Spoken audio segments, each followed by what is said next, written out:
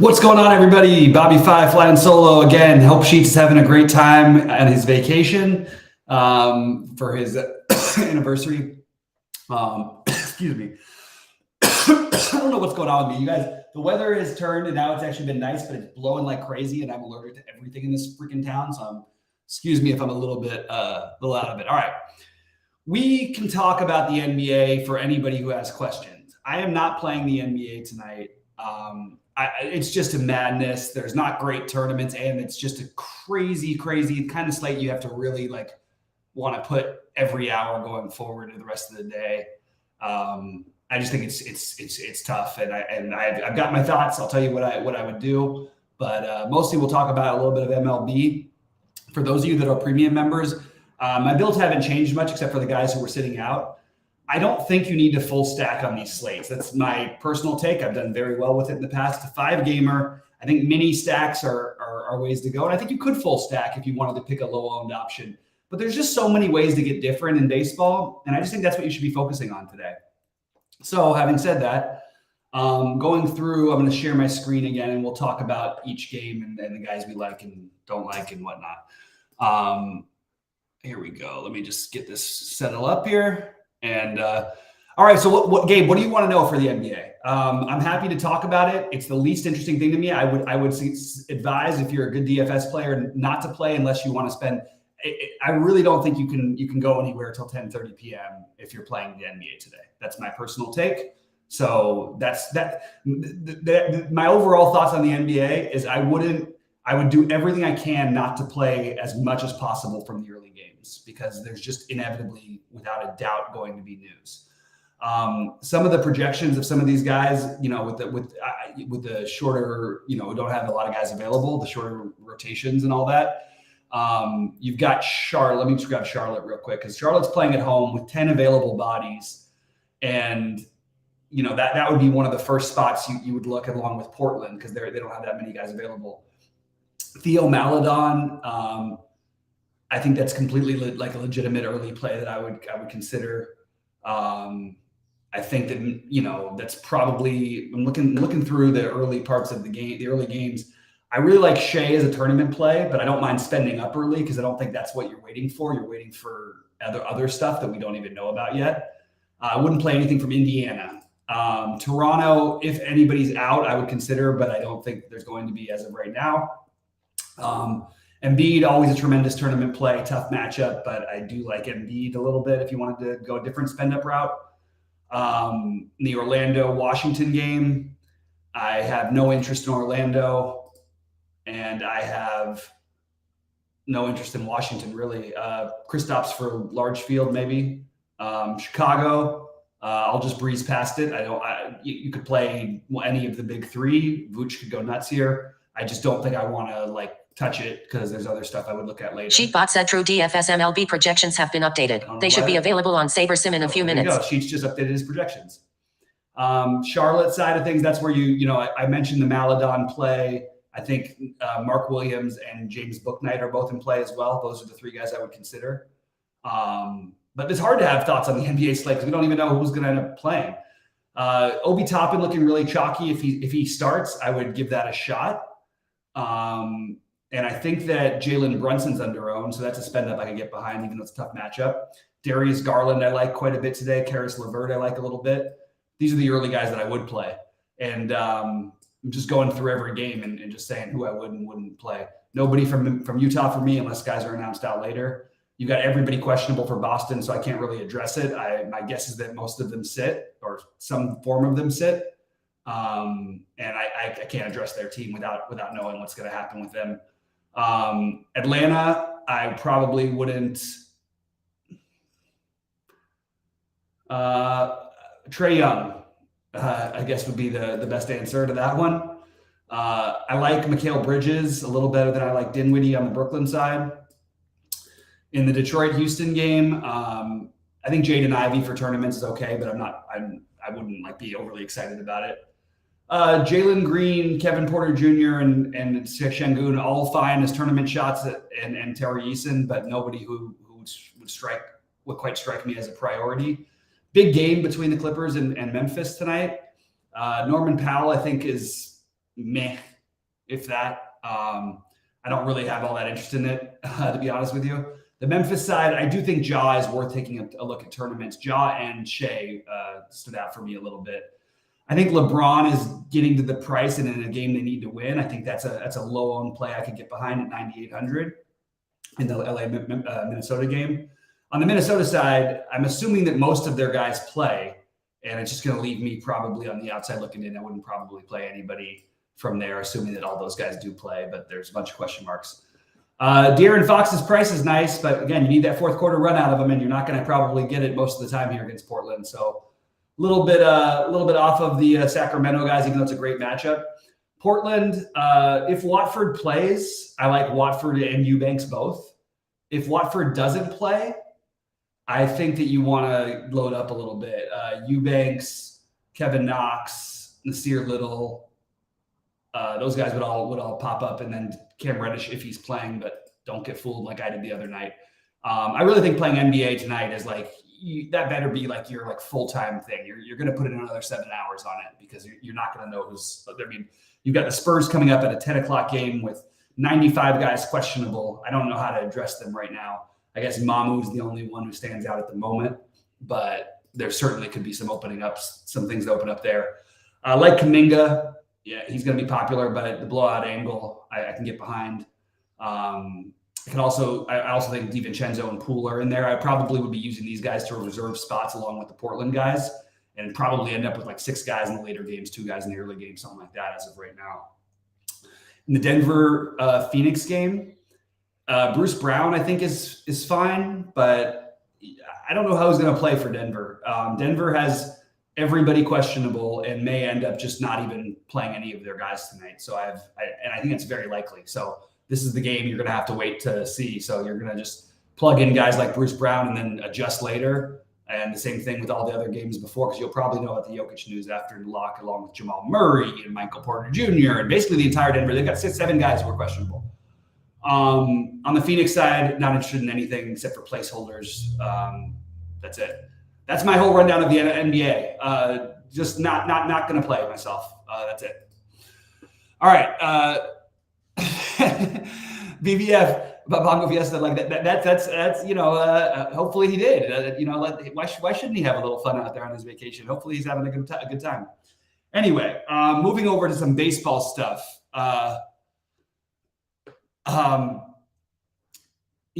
just do not like, I don't know. The NBA is just a miserable thing. Fire on any questions and stuff you think about. I'm going to share my screen and talk about a little bit of the MLB slate. I like small MLB slates more than some people do, because I think there's ways you can get different that other people just don't think of and don't like to do. Is that going to show my screen? Yeah, I just got it. Here we go. Okay, so starting off real quick, I mentioned this earlier. It's not going to be a whole lot different than my rundown. That's going to be similar for baseball. Our live before lock shows should be probably shorter because there's just not as much to go through and think about. I actually like David Peterson.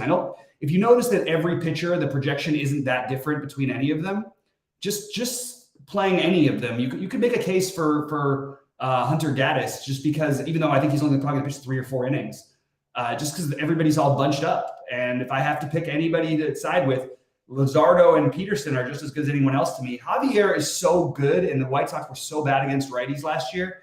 I would probably, even at chalk, I would probably lean with him as my most used pitcher.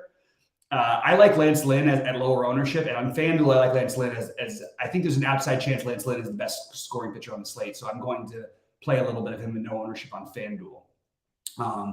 Dustin May, I like quite a bit as well as Robbie Ray, but I also like stacking against Robbie Ray. I like trying to get a lot of the Cleveland. Robbie Ray will walk guys and he'll get up stolen bases. So guys like Jose Ramirez are real priorities for me today. Med Rosario, even Jimenez to some degree.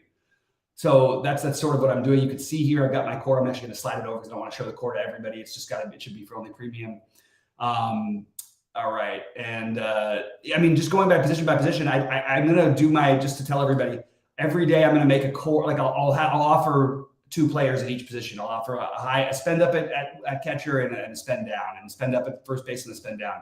Those will be my core guys. And I really don't mind if you just mix and match the things you like tonight. If I have to pick stacks, the Dodgers, Seattle, Cleveland, and Miami are the ones I'm heaviest on. I like Houston, but I have a feeling that they end up getting pretty decent ownership. So if I'm stacking Houston, I'm going to make sure to use the guys at the bottom of the order like Jake Myers and Maldonado, just to try to get off of the rest of the Houston chalk. And I won't be playing 5-mans tonight. I'm mostly playing 4-mans or 3-3-2s. All right, David Peters. I agree with you, BBF. I agree. High risk, medium reward, but it's a good matchup. I'm totally good with Peterson tonight. I believe in my first build, I think I have him right now. I've got Peterson in my main build on FanDuel, on DraftKings. I don't have him on FanDuel at all. I just went over to it, didn't I? Individual plays that I'm high on. Julio Rodriguez. I like spending up for Rodriguez, Freeman, Betts, and Ramirez. Those are my 4 favorite spend ups. Kyle Tucker and Yordan Alvarez just behind them, but I don't want to play that kind of chalk in baseball, so I'm trying to avoid as much of that as I possibly can. And then, just fire on any questions. I'll address anything, but there's not a whole lot left to work with on a 5-game slate in baseball. Kind of weird that it's only a 5-gamer on the second day. I don't remember that usually being the case. I'm good. I'm good with the Seattle. I'm good with the Suarez, Rodriguez, Hernandez. I'm using them mostly as a mini stack, but I like this ownership we're seeing on them right here. That's not enough. So I'm totally good if you want to go ahead and stack Seattle. You have my full permission. I think it makes perfect sense. And then let's see the Marlins. Yeah, the Marlins are completely viable. I'm more using just pieces of the Marlins, to be honest. The guys I like from the Marlins are Garrett Cooper, Jorge Soler, and I wish Birdie was batting higher in the order. That guy's going to go every time he's on base this year. He's going to steal a base like almost every time. He's one of the fastest guys, maybe the fastest guy in the major leagues. And he's a little white dude, but batting ninth, unfortunately, going to be hard to play him. But I do like Cooper and Soler. I don't mind if you want to mix in Jazz or any of the other guys. And the thing is, they're not even getting that low owned. The ownership's a little bit more spread out today. I also think it's okay to get some White Sox bats. I don't think you want to stack them, but they're just going to be super low owned compared to everybody else. Gavin Sheets maybe being my favorite one because he's cheap and he's got multi-position eligibility. So just going through positions, favorite catchers. There's a bunch of them they're very good options. I really like Smith and Cal Raleigh as my 2 favorites, and they're honestly the 2 highest owned. If you sort by value, you get it some other ones. I don't mind if you want to play Moreno against Dustin May. That's totally good with me. And that's most of who I'm using at catcher. I don't really have a whole deep thing. I don't like his weather in San Diego because San Diego would have been the stack that would have been I would have been on a lot more. I just think they're going to be really high owned and trying to avoid it with the bad weather. I need them to win. Me and Cheese need them to win 2 out of 3 now to survive our first Survivor thing. They were the safest bet and they're the most popular one, and they're already down 1 game. So I need them to win 2 out of 3 to get through on our first week of Survivor on that one. First base for individual position for those of you playing. I do think that I have some David Hensley because I think he's cheap and he's low owned, and you can play him at the bottom of the Houston stack. So that's the kind of route I would go if I was playing the Houston stack. I mentioned that I do like Gavin Sheets, and then I think Freddie Freeman is the best spend up. If I didn't play Freeman as a spend up, it would be Pete Alonso. The roof is open in Miami, which should make it a little bit better hitting today than usual. So Miami may actually be one of the better hitting conditions on the slate. And oddly, when you hear Miami and Seattle are like 2 of the best hitting spots on the slate, pretty rare, right? All right, second base, Colton Wong. I like quite a bit. I think he makes perfect sense. He also fits in with what I want to do with the Seattle mini stacks, or even a full stack, but not a full, but like a 4-man. I like Cronenworth. I think he's the one of the guys I am prioritizing for San Diego, partially because I think he's going to be lower owned. And then Ha-Seong Kim. This is where I'm using the Padres mostly. And then I'm in Dodger stacks. You can use, what's his name? Why can't I think of the name? Vargas. But going to be pretty owned in a Dodger stack anyway. Third base. I like Bregman, Muncy, and Suarez as my 3 favorites. Very strong position. Other than my 3 favorites, other than the aforementioned best guy on the slate, I think Jose Ramirez is the best play on the slate today. I really do. For a multitude of reasons, I think Jose Ramirez is the best play on the slate. Including ownership and everything. Let's see what else we got. All right, shortstop. I'm going to be lower on. I'm not going to play much Bogarts or Lindor today, or Tim Anderson. I think that mostly I'll play. I mean, those guys all have a little bit of it. I think I like Rosario the best, especially factoring the ownership, and Pena is the chalkier one that I am going to play. That's what I'm doing at short. In the outfield,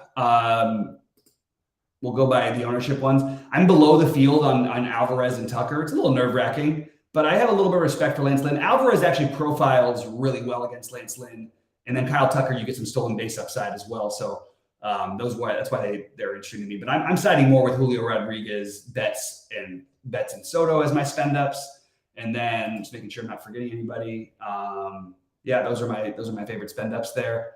And then in terms of the value in the outfield, you've got the James Outman for the Dodgers. I don't know why people aren't going to play him. This kid is going to be good. I like him. He and Jake Myers are two value plays that I'm totally okay with. I'd like to get 3 or 4 in 3 or 4 man stacks. I don't think I want to play them as one-offs. So they would be with my 4-man Dodger stack, Outman, with my 4-man Houston stack, Myers, that kind of thing, just to get a little bit off the chalk. And then you got Gavin Sheets you can use in the outfield also. But David Peralta in the mid-range, Benintendi in the mid-range. And that's pretty much my plays.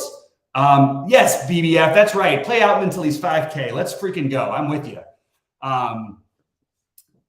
Baseball is weird. You're right. The Marlins and Rockies. The thing is, though, that there's so little difference between these guys. You know what I mean? 30-year anniversary. I don't understand what that angle is, but that sounds interesting. Anyway, it's not a fun. It's not the most fun slate in the world, but I do think it could be a profitable one. I'm excited. Let's make some money let's make some money tonight. I'll be in the Discord all night long. And if there's no more questions, I'm going to bounce on out of here. If you guys want to go back to basketball, I'm happy to reiterate what I said, but I don't even have any plays yet for basketball. All I would do is just wait till the 10:30 games and play like Embiid and Shea early on, and then just try and squeeze in thin value for later, and then just adjust as the slate goes on. I think that's the best route you've got when it comes to basketball today. So it's a lot more interesting to talk about, but it's absolutely, there's not a whole lot else we can do. And I just don't find. I will, just for what it's worth, to show you guys some of the ownership projections and stuff for where people are at on this slate. Bogdanovich getting crazy ownership. That seems a little bit high to me. I don't quite get it. Maladon. Bruce Brown. Again, I would just try and side with the later guys. Side with the Watford, Bruce Brown, Kuminga, and then you can always shift your things and adjust. I would probably Jordan Poole. I'd probably end up with switching off of some of these. I wouldn't want to get the early value with the potential of what could come, especially if Denver ends up just deciding to sit everyone. So that's really my main thoughts: is just delay. Don't use the early value outside of maybe Maladon, and maybe Mark Williams and Book Night. I guess that's it. How much cash is too much to leave on the table for MLB? That's a really good question. I love this from Rich. The answer is, I think it is completely fine to leave any amount of the table anytime on MLB. That's the honest to God question, honest to God answer. I don't try to leave money on the table. I think it's not as easy because I like some of the spend ups tonight, but I wouldn't mind leaving as much as 1,000 on the table. And I think if you do that, you can play a little bit of a chalkier build, because you're not. It's not just that you're afraid of getting duplicated. You just don't want anyone in that same range as you. You want when a guy hits a home run, you don't want like 25% of the people it's just so hard in baseball to be that much better than anybody else. So just always side with the lower ownership, leave as much as you want on the table. I think 1,000 left on the table is fine. Look at this, BBF with 4,800 left on the table. That's a lot of money to leave on the table. All right, buddy. I tell you what, that one ain't getting duped. Nobody's duplicating that lineup. The crazy thing about baseball, though, it's still hard to get duped. But it's like golf. Like you can always, especially like a golf when there's like, I don't know, fields where there aren't that strong. Like this would have been a good golf slate to leave money on the table because there just aren't that many. There's just no difference between any of these guys. Ray and Javier, yes, but I'm also stacking against Ray for what it's worth. So that's my 4-man stack is against Ray on FanDuel, especially.